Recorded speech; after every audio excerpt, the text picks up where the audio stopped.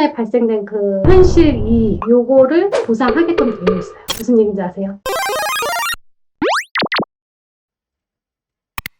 상가 임차인이 새로운 임차인을 구해서 권리금을 받고 나가려고 하는데 기존 임대인이 상가 매도를 하고 신규 상가 매수인이 직접 상가를 운영하겠다고 하더라고요. 임차인은 보호를 받을 수 있는 건가요? 어머나. 아파트 같은 경우는 무조건 그 사람이 들어가 살겠다 하면 계약 갱신을 할 수 없는 거잖아요. 근데 지금 같은 경우는 여러 가지의 법률 관계가 있네요. 결론적으로는 상가 임대차 보호법이라는 것 자체가 임차인을 위해 만들어진 거거든요. 권리금을 임대인이 방해할 수 없다라고 한 것도 임차인을 위해서 만들어진 거죠. 그 취지를 본다라면 이 상황에도 임차인은 어느 정도 권리를 가질 수 있습니다. 근데 이런 거 있잖아요. 매수인이 직접 사서 상가를 운영하겠다고 한다 그러면 계약갱신을 해줄 의무가 없다. 근데 하지만 10년을 보호해줘야 될 의무가 있잖아요. 그리고 만약에 현재 임차인이 들어올 시점에 나 이거 매도할 생각이고 몇 년 뒤에 들어와서 직접 운영할 사람한테 팔 거기 때문에 네가 그걸 감안하고 들어올 거면 들어와라 해서 임차인이 그걸 내가 감안하고 들어오겠다라고 했다라면 임차인의 손해가 이미 어차피 나중에 권리금 못 받을 거 자기가 예상하고 들어온 거니까 그때는 보상을 할 필요가 없지만 지금처럼 현재 임차인이 들어왔을 당시 그때는 뭐 나 팔 거야 뭐 할 거야 이런 아예 어떤 상황을 얘기해줘 본 적도 없었다라면 현재 임차인이 나갈 때 받을 권리금 새로운 임차인을 못 구함으로 인해서 최근에 발생된 그 현실 이익 요거를 보상하게끔 되어 있어요.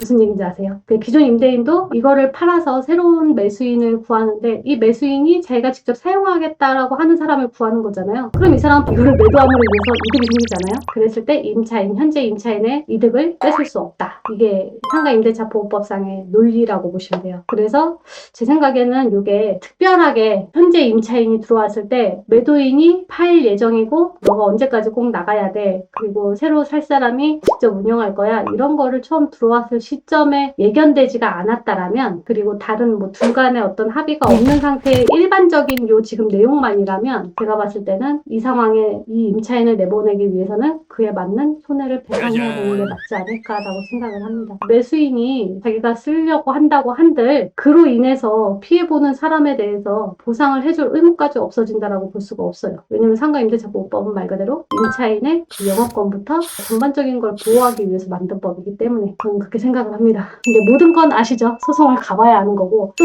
비슷한 상황이라도 다르게 나오기도 합니다. 그리고 특히나 상가는 아파트 같은 경우는 계약기간 만료되고 갱신할 때 거절을 할 수가 있잖아요. 하지만 상가는 다르다. 그래서 가끔 보면 막 이런 경우 어떻게 하나요? 하고 막 질문하시는 분들한테 전문가라시는 분들이 딱 무조건 이겁니다라고 제안하는 것 자체가 저는 되게 위험한 대답이라고 생각을 해요. 왜냐하면 되게 많은 상황이고 또 변호사님들이나 뭐 판사님으로 하시던 분들도 현장에 나오면 패소하시는 경우가 엄청나게 많아요. 그만큼 법률은 소송을 들어가봐야 그리고 정말 정확한 상황을 알아야만 정확한 답이 나온다라고 생각하기 때문에 A는 B고 B는 C다 이거는 그렇게 답을 듣진 않으셨으면 좋겠습니다. 그래서 이렇게 여러 관계 이해관계가 얽힐 때는 중개사가 중간에서 말을 어떻게 하느냐 그리고 좀 판을 조금 짠다라면 이게 되게 아름답게 만들어질 수가 있겠죠.